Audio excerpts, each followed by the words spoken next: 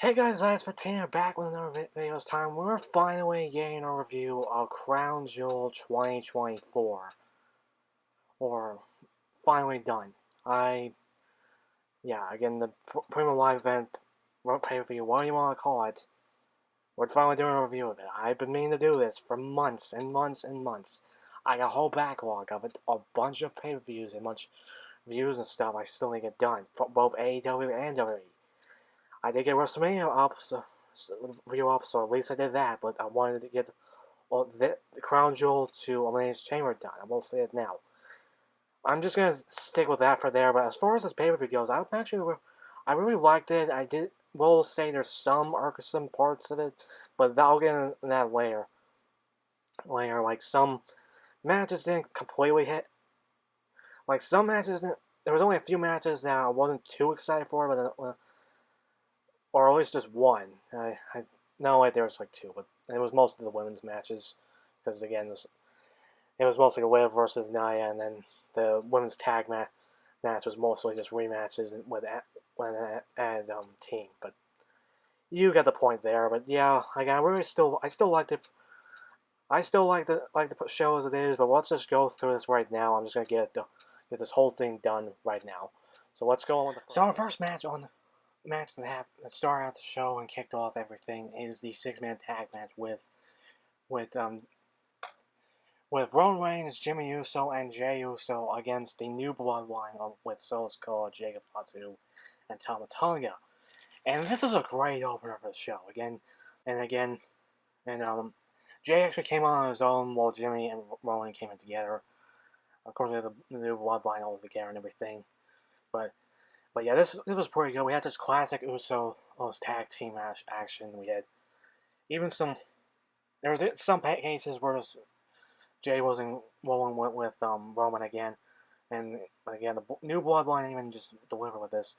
The MVP for this match was Jacob Fatu. He was an absolute monster beast in this match. He basically got helped out with the win with not only doing the mighty moonsault on to Roman, he also took out both Jimmy and Jey, and with a suicide dive, and was basically just Solo that got the pin after a Samoan spike and everything. Yeah, they got the win, and then the new bloodline was trying to take out Roman when he tried to take the fall back. Sami Zayn came out again they were in Saudi Arabia, so again that's one thing. And they even out the score, and when Solo was caught in the middle with Roman was going for a Superman punch, and Sami was going for a big boot. He caught Roman in a big boot when Solo moved out of the way. And that kind of went a big dysfunction. And this is not the end between these two. Again, if we just get from going from the storyline and everything. But yeah, now like I said, that'll go into a different review. But yeah, that's pretty much it for this first match. Now let's just move it along. And our second match is the Fatal 4 match for the Women's Tag Team Championships, which again, Bianca and Jade are defending against Damage Control with Io and Kairi Sane, Chelsea Green and Piper Niven, and then Last Legend, Jakara Jackson from NXT. So yeah, again, every brands include with this match: SmackDown, Raw, NXT, and everything. And this match I wasn't too excited for. I really wasn't excited for this because again, it was back then because it was just mostly a rematch of all of them because all the other competitors besides the champions, they had a match with Jade and Bianca. Basically, now this whole thing is just a big rematch. I think if I remember correctly from last year, the Metaphor did have a match on NXT, and I think it ended something, and something happened on SmackDown when Chelsea and Piper happened. I can't remember on the top of my head. But this match still was pretty good, even though I wasn't too big with it. Again, so many close calls with just madness here and there. Piper also ended up squishing Chelsea Green sometimes in some points. But Jade and Bianca got the win, not with the kind of Jade kiss or anything like that. It was with the Doomsday device, which Jade actually picked up Ivan Niven and did the Doomsday device and everything. And that just kind of shows you the power of Jade Cargill and everything. But yeah, they win the match. I was okay with them retaining, and now it's going. Well, I just want to get this done. So like I said, let's just move it. So our next match is the match that was really looking forward to. who was on Seth Rollins versus Bronson Reed, and this match was just a banger. Again, as I expected, this match was gonna be great, and yeah, Seth was wearing like this weird like a denim type like a tire thing with the weird like coat with the spikes. Well, we had like Bronson wearing this cool Doom MF gear. Yeah, I think that's a rapper as far as my remembering of it, but it was very cool. And they went out of the tournament before Bronson could get in the ring, and these two went at it I had like gladiators again, in so many parts. And like Bronson had in control of the match, of course, but several ones fought back and back. He did like three, and it took three curve stomps to take him out. He took one on the steel steps, one when he got back to the ring, and then one super stomp, and he did get the pick of the win. And it kind of like shows that Bronson Reed deserves being the main event spotlight. Again, that's one of the biggest things about this match is that Bronson Reed can be in the main event.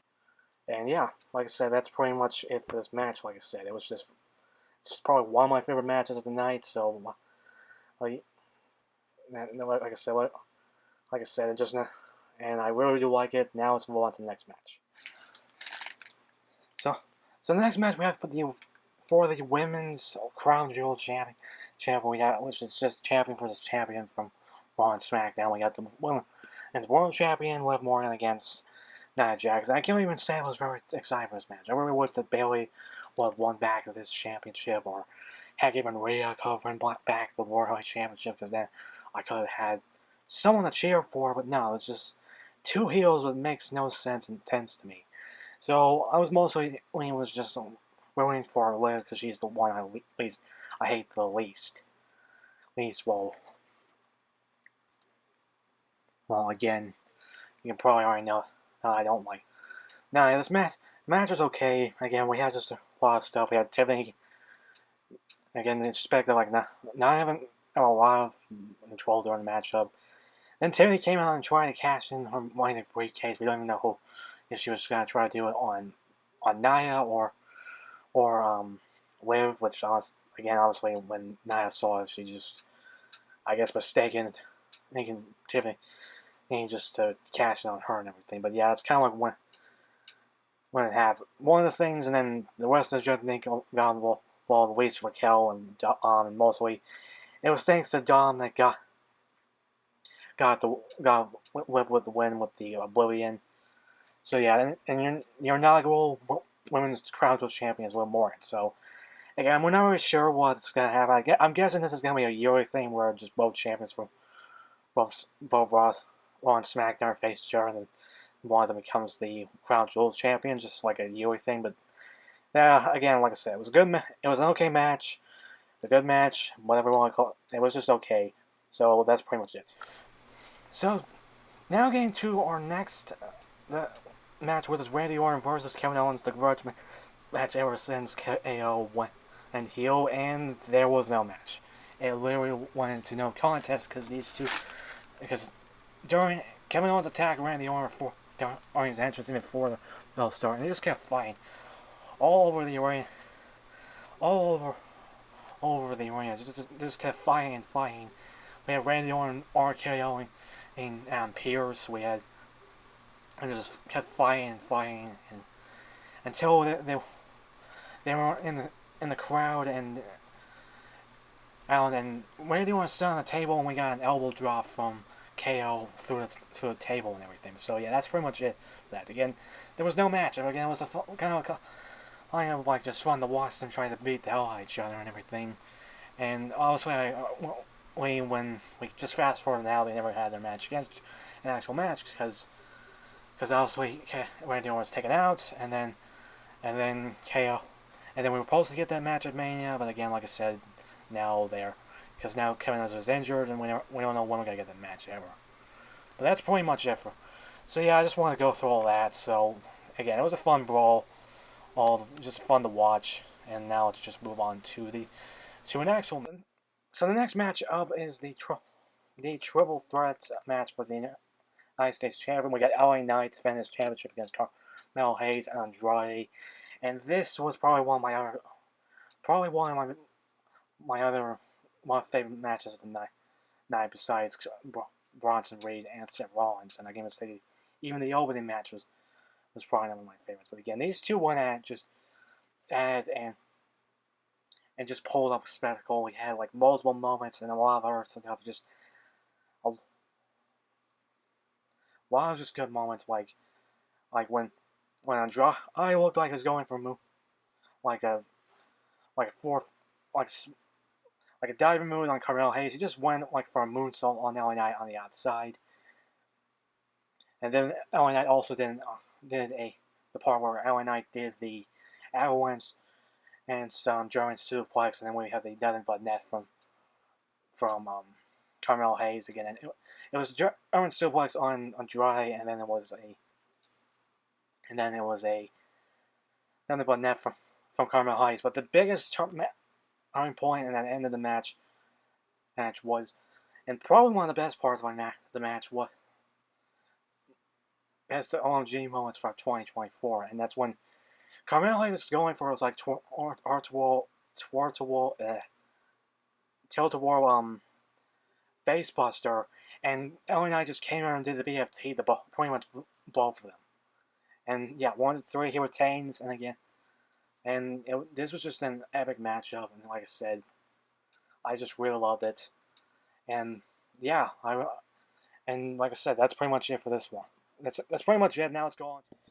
And finally, we have our main event for the Men's Crown Jewels Championship, which is we got Cody Rhodes for the undisputed champion from SmackDown facing all the way against the Worldwide Champion from Raw, Gunther. Right, and yeah, this match was just a spectacle.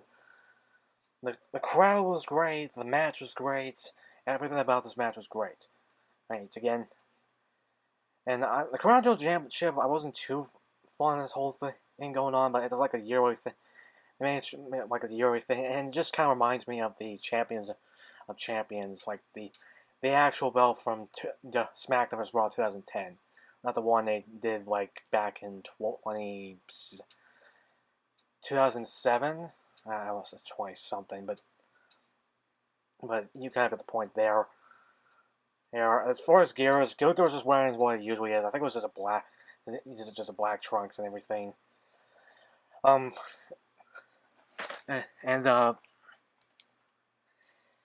for Cody, basically was just wearing like a blue, white, and gold with some green, and like on his tire, which actually looked pretty cool. I still would like to see it gear made and everything.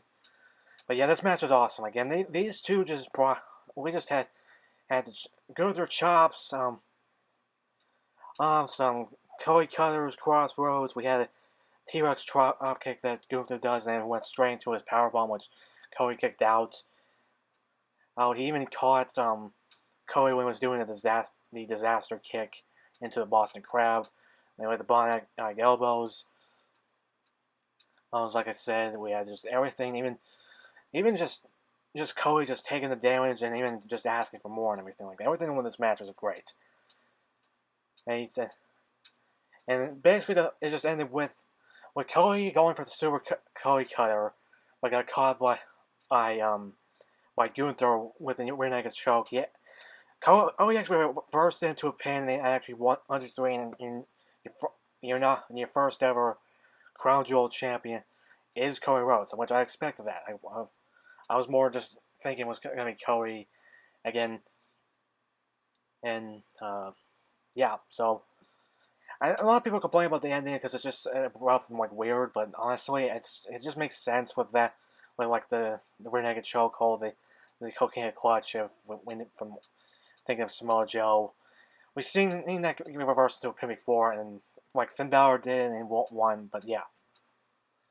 And as far as so that's pretty much it for a review for Crown Jewel 2024. I meant to get this up last year, and yet again, just time gets away with me every time. I just really get distracted easily.